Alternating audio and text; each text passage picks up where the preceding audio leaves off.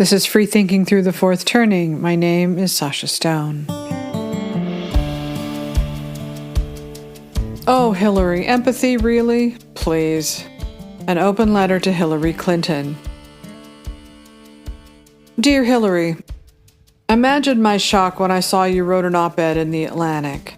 Before I even read a line, I knew what the point of the article would be because I know you.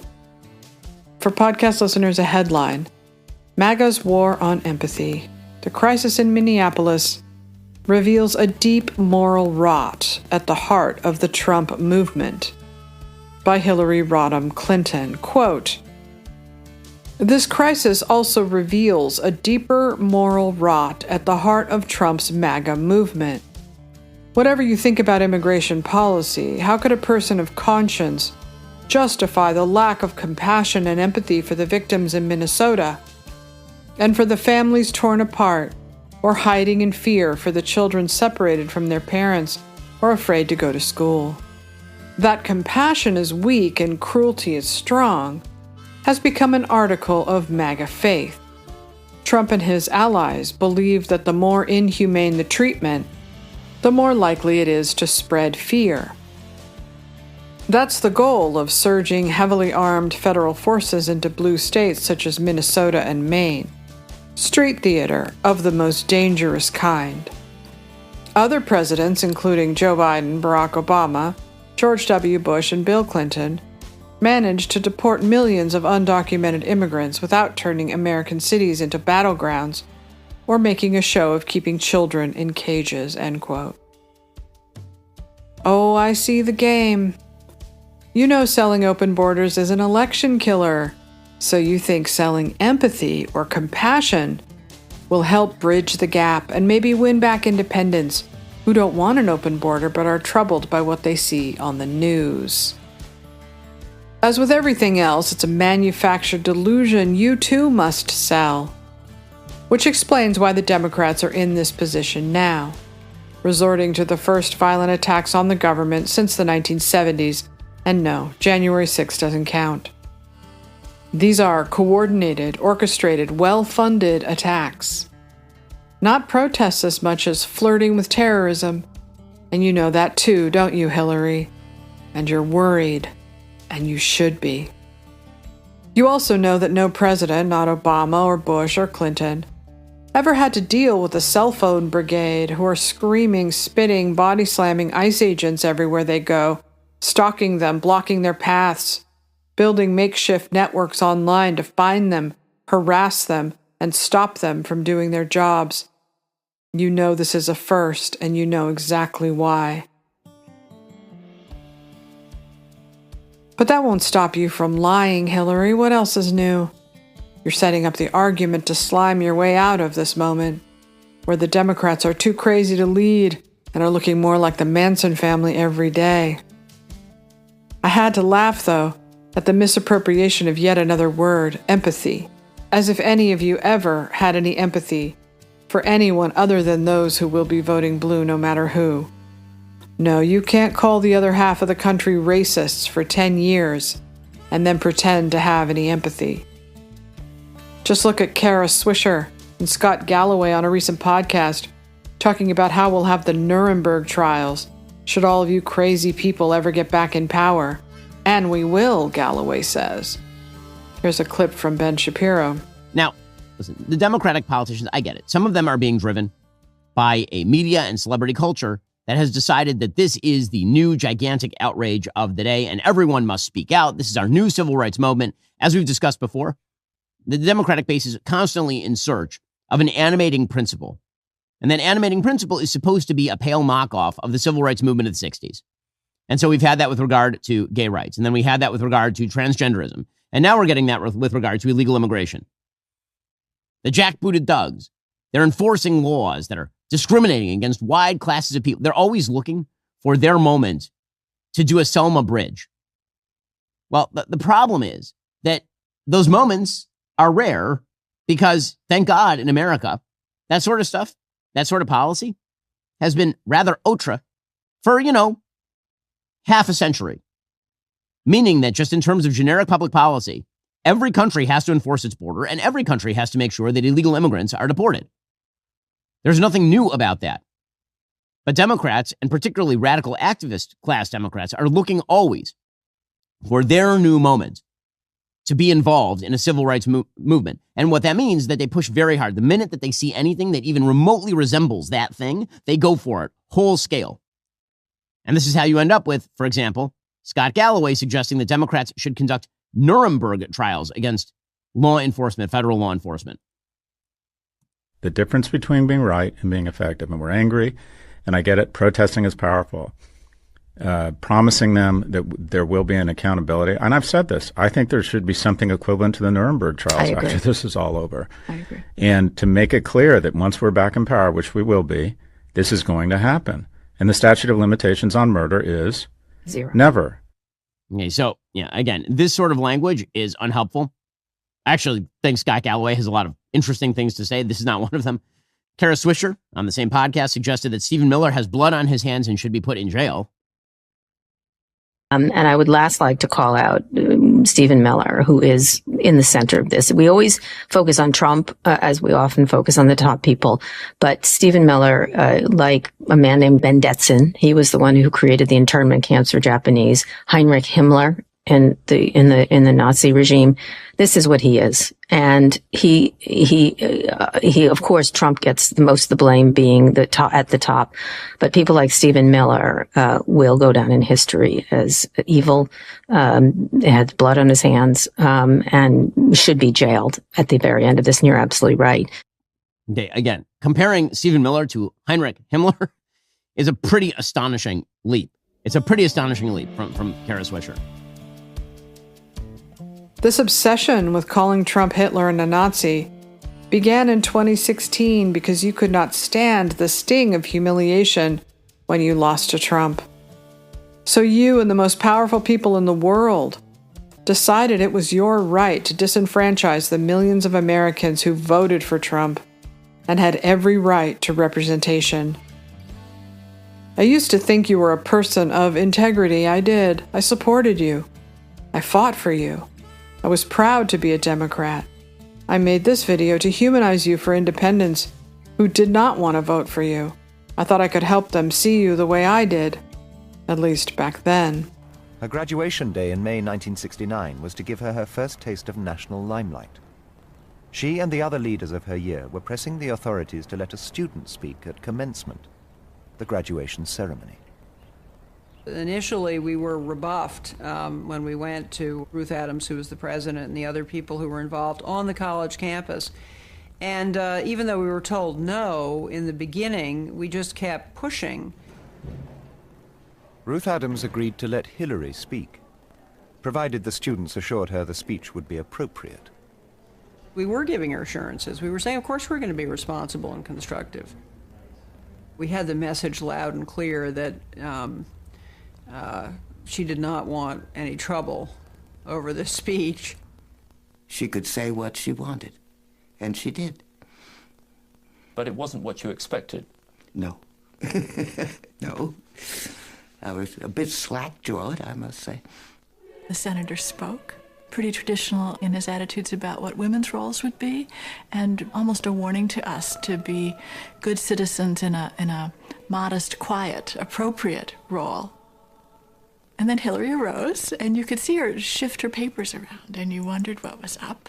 She was so angry at what he had just said that instead of delivering her speech, which she had written out, she started talking about what he had said, and it was entirely ad hoc. She said something like this: I am compelled to comment on Senator Brooks' speech because it just raised sort of everything that is wrong about where American government is going. And this is what our leaders have been feeding us for years and years, and her generation wanted much more.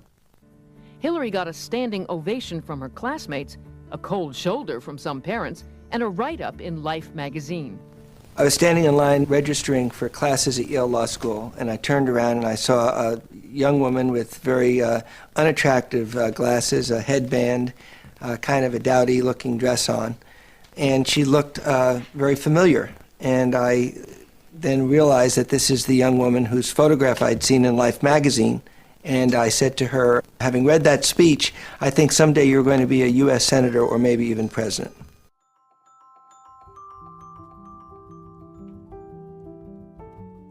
I was a good liberal. I repeated the lie that Trump's win was an existential threat, and it required a hearts and minds campaign to resist everything he tried to do. Oh, the lies, Hillary, the lies. I can barely live with myself. I don't know how you manage it. And after 10 years of those lies, there's not much to show for it. Trump is back in power because all of you failed so spectacularly.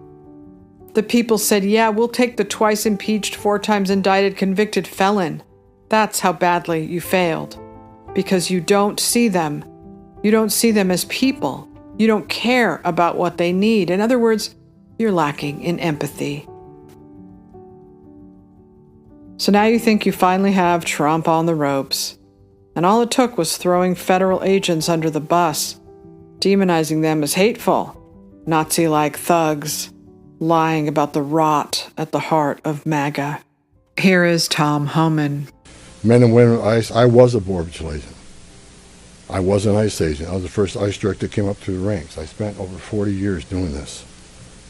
These men and women that carry that badge and gun are American patriots. They put themselves on the line for this nation every day. But I want you to remember, they don't hang their badge, they don't hang their heart on a hook every day they come to work. They're mothers and fathers too. They're sons and daughters too.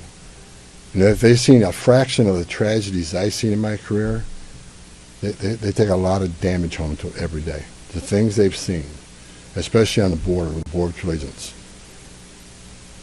People drowning in the river. Women being raped by criminal cartels. Giving CPR to a baby that was thrown in the river by the cartels because Border Patrol came too close. So let's throw the baby in the river. That way the Border Patrol was concentrating on that so I can get away. These men and women see some terrible things. But I want you to remember, they're mothers and fathers too. Many of them are members of this community. God bless every one of them.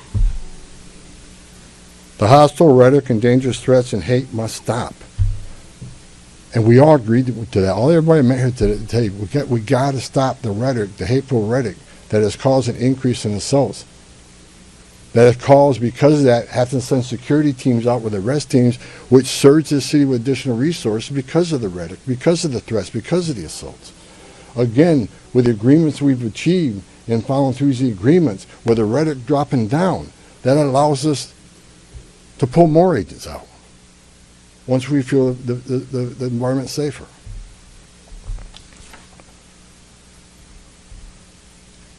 I begged for the last 2 months on TV for the rhetoric to stop. I said in March, if the rhetoric didn't stop, there's going to be bloodshed. And there has been. I wish I wasn't right. I don't want to see anybody die. Not officers, not members of the community, and not the targets of our operations.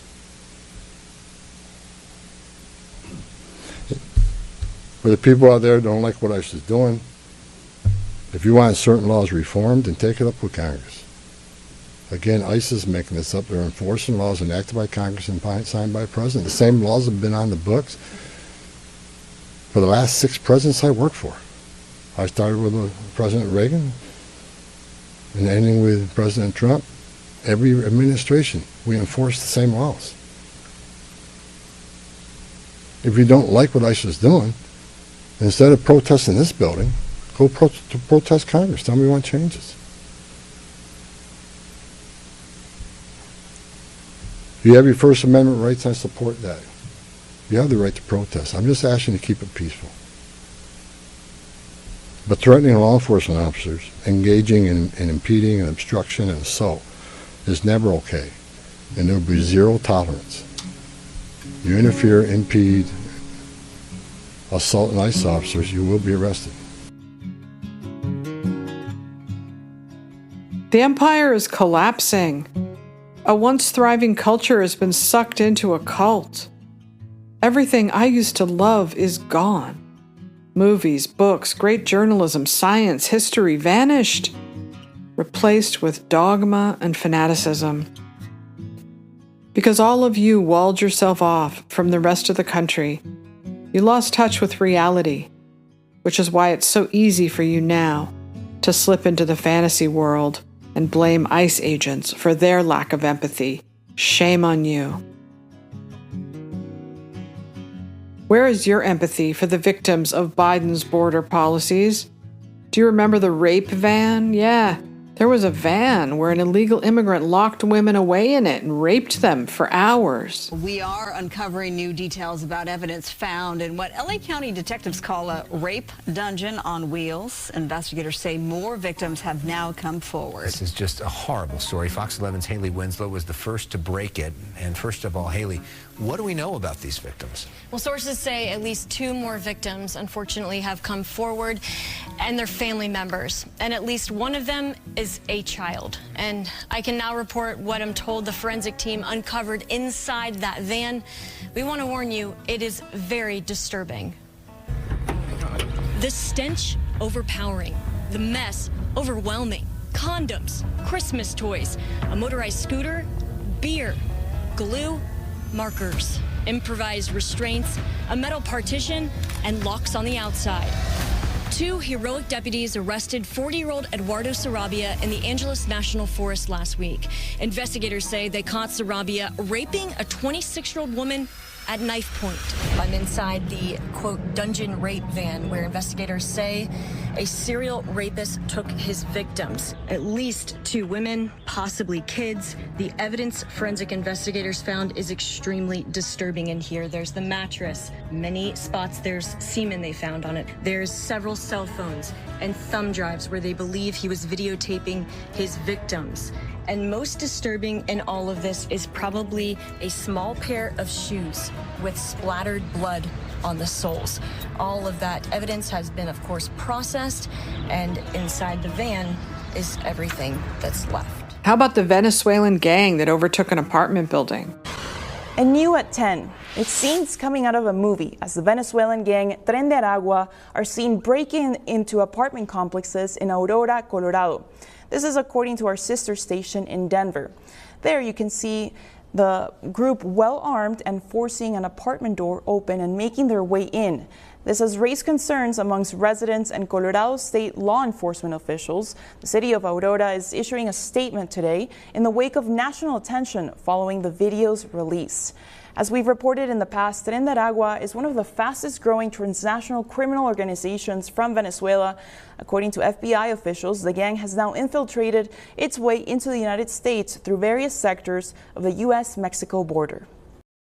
Here is one illegal immigrant living on public assistance after multiple rapes, assaults, and crimes, and was still out raping women. On November 18th, a woman was walking home when a man grabbed her and pulled her behind the bushes at the W&OD trail in Herndon and raped her, according to court documents. Police say Dennis Humberto Navarrete Romero raped the woman, and he's in the U.S. illegally. We haven't had a stranger rape in over 12 years that I've been here as chief. Maggie DeBoard is the Herndon police chief. There should be full prosecution so this never happens again. According to court documents, Navarrete Romero is unemployed and receives public assistance. And according to court documents and documents obtained by WJLA through a public records request, he's accused of several crimes in the past, including sex crimes in D.C., resisting arrest in D.C., and in Virginia. He's accused of assaults, battery, trespassing, using a stolen vehicle, weapon violations, drinking and smoking marijuana in public, loitering, and indecent exposure. But now we've determined that there was an allegation made in 2017 involving him with sexual type battery against several juveniles. Juveniles? Juveniles, yes. That's not all. He assaulted 2 of my police officers. One he actually grabbed around the throat and tried to choke him. So he was charged with 2 assault on a police officer's felonies. And was he convicted of 2 felonies? No, because a couple months later that case was reduced to simple assault, misdemeanors. Tonight, the police chief is hoping he will be held accountable and serve time for the rape police say he committed. The problem with deporting him right now would be there is a strong chance that he could end up back in this country again. The danger is if he's not held accountable for his crimes here, and he's simply deported, we would have no way to keep him from coming back into the country. Not enough for you, Hillary? How about this story? My life. I gave birth to a beautiful baby girl and named her Kayla Marie. She was a happy and easygoing baby. Even back then, she loved to smile and laugh. She always kept her friends close and never forgot anyone. She was kind, caring, thoughtful, and funny. She loved life and God. She showed the world that being yourself was okay, and you didn't have to follow everyone else. But sadly, on July 27th, 2022, I received the worst news that a parent doesn't want to hear, that my newly 20-year-old daughter, Kayla Hamilton, was murdered in her own room and left on the floor like trash. She left behind a mother who loved her, a stepfather, a brother, a younger sister, grandparents, and lots of aunts, uncles, and cousins. At first, we knew very little details of the murder until an arrest was made. The details we learned broke us. At the end of March of 2022, Kayla's murderer was apprehended by Border Patrol crossing illegally into the U.S. at the southwest border in Rio Grande City, Texas. I am not sure if he was vetted or not, but he was a 16-year-old known gang member affiliated with MS-13 in El Salvador. The MS-13 motto is kill, rape, and control. He entered the country as an unoccupied alien child. As a UAC, the murderer was allowed to go live with his aunt in Frederick, Maryland. She was also an illegal immigrant. There were issues with him living there, and he went to go live with his half-brother who lived in the same trailer park as Kayla and her boyfriend. My questions are, what protocol was the aunt supposed to follow? If she couldn't handle him, then why not inform the proper authorities? And that's all before we get to the young people who were lured into the left's fantasy world and told if they take drugs and get surgery, they can become the opposite sex. Here's a video from TikTok. They told you what was going to happen before you started testosterone, so really it's your fault. You should have been paying more attention. See, but they didn't, though. They told me the outwardly observable effect that I would immediately notice, like that my voice was going to drop, not that my vocal cords were going to dramatically thicken, and that a lot of women's larynxes aren't big enough to accommodate that thickness, meaning that my voice just always hurts. I snored last night, apparently, because my throat has hurt all day. It also means that I can't scream or raise my voice above a certain volume. I used to do theater. They knew that. That was something very important to me. And I've lost that ability because I can't project my voice anymore. They told me that I might experience vaginal dryness, not that the cells in my gynecological and urological anatomy are highly estrogen dependent, and that depleting them of that estrogen by going on testosterone is almost certainly going to cause them to irreversibly atrophy, which causes a slew of issues, ranging from, yes, vaginal dryness and pain and bleeding upon penetration, to losing the ability to give vaginal birth, to urinary incontinence and pelvic floor dysfunction. I've seen a lot of informed consent packets from these gender clinics, and I have never seen one actually go into detail about what vaginal dryness entails. It's also crazy to me to imply that I, as a 14-year-old 8th grader, or the kids that they do this to are as young as 11, could comprehend the lifelong implications of being incontinent and not being able to have penetrative sex or give birth vaginally. That's not something that a child can consent to. So you can fool those who read The Atlantic, Hillary, but you can't fool me. I know you too well. Empathy? Yours is conditional. In fact, empathy was strictly forbidden on the left, lest you empathize with the wrong people. Not the victims of rapes or terrorism by illegal immigrants, not the victims of crime if the criminal is the wrong color, not victims of the crazy gender cult. And you most certainly can't empathize with Trump or his supporters. If you do, you'll lose everything. Some Democrats gave the standard statement condemning violence after Charlie Kirk was murdered. And then we watched everyone on the left celebrate. Some even losing their jobs. No one on your side wrote any op-ed in the Atlantic about empathy. Ezra Klein tried to empathize with Charlie and was viciously attacked for days, with calls for him to be fired. We watched Jimmy Kimmel play the free speech martyr because his inhumanity in the wake of the murder was so horrific that millions of Americans flooded the station with calls to remove him. I watched them dig the knife in deeper on X and on TikTok. I watched them mock Erica Kirk. Then I watched Barack Obama and all the celebrities call Charlie a racist when he wasn't here to defend himself. For podcast listeners, a montage of the vile tweets from TikTok. No, empathy vanished on the left long ago. You were all resentful, you see, because you could not win the election. America broke up with you twice.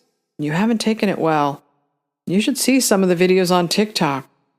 The hate is so deep and thick you could cut it with a knife. Empathy? I don't think so. Here is a montage from TikTok. Hey Patrick, I know a lot of liberals have been hesitant to define what a woman is because they're like too woke or whatever, but I'm not, so I'm happy to do that for you now. So women are the people who, when they see you coming, they cross the street, either because you make them feel uncomfortable because your spirit is unsettling, or they just know you're going to strike up a conversation with them that they're counting down in their head to be over. Women are the people who can never remember your name because there's nothing unique or special or memorable about you, and that really gets to you. So instead, amongst their friend group, they give you code names like Pit Stain Guy because all of your undershirts are stained like a putrid yellow-brown color. Women are the people who have had their eyes shellacked shut anytime they've had an intimate physical encounter with you, however far and few between those have been for you. Women are the people you blame for all your problems while you sit on your couch with the peeling arms because you went for bonded leather instead of genuine as nacho cheese drips from your fingers. Oh, save me, Donald Trump! Save me! Save me, Elon Musk! Save me, Mr. Billionaire! Please fix my nation! Come in and dismantle my government! Please stop asking us to come together and unite with Trump supporters. It's never going to happen. It's never going to happen. And I'll explain why. Listen, we don't trust you, and we can never trust you because the way y'all have justified voting for a felon, sexual abuser, fraudster, it's like, at that point, like, how can we trust you? To be so abundantly clear, I would and do make fun of their looks as well. You want me to give a shit about your feelings when you, like, don't want my friends to exist or live in this country? No, I'll absolutely make fun of your looks. I just haven't done that on here because I didn't want to get banned. Quick reminder to every single member of the United States military, you took an oath to defend the Constitution. Elon Musk, Donald Trump, and J.D. Vance are actively dismantling the Constitution. It is your obligation to act upon this. Have a good night. Perspective is Christian MAGA.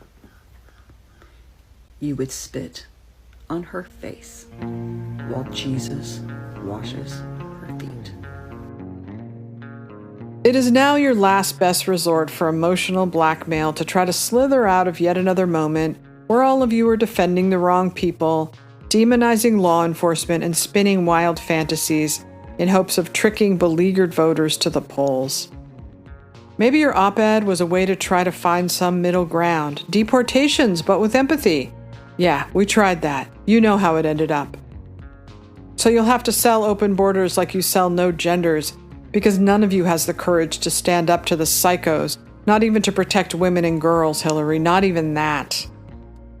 Maybe if you still had empathy, you would not be here now, defending unhinged mobs who think it is their moral right and their duty to go to war on the federal government.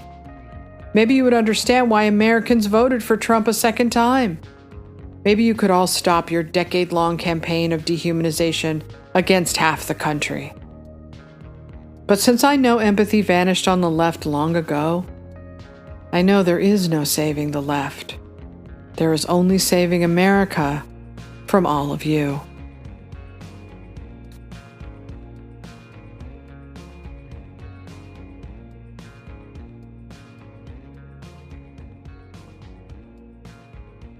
Thank you for listening to my podcast, sashastone.com. If you like my work, you can always think about becoming a paid subscriber, or you can leave a tip on the tip jar on the main page, or you can write a review. If you want to follow me on Twitter, I'm at Real Sasha Stone. And remember, to thine own self, be true.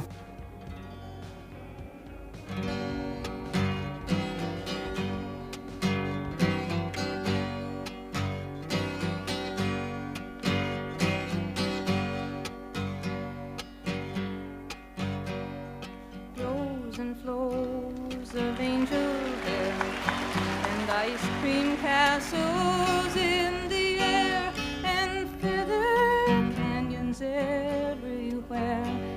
I've looked at clouds that way, but now they only block the sun. They rain and snow on everyone. So many things I would have done, but clouds got in my way. Oh, I've looked at clouds from both sides now, from up and down, and still somehow, you know, it's cloud illusions I recall. I really don't know clouds at all.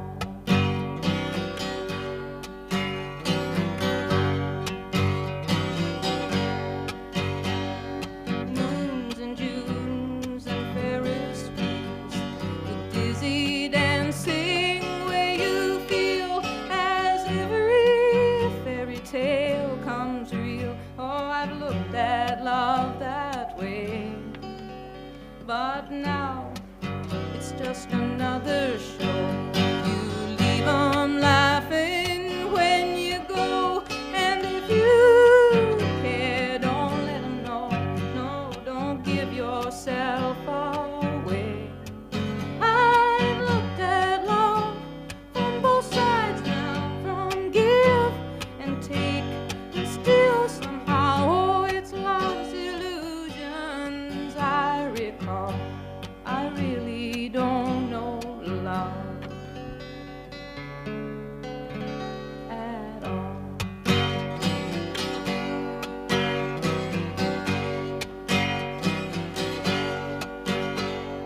Tears and fears and feeling proud to say I love you right out loud. Dreams and schemes and circus crowds. Oh, I've looked at life that way. But now old friends, they're acting strange. They shake their heads. They say I've changed. Well, something's lost, but something's gained in living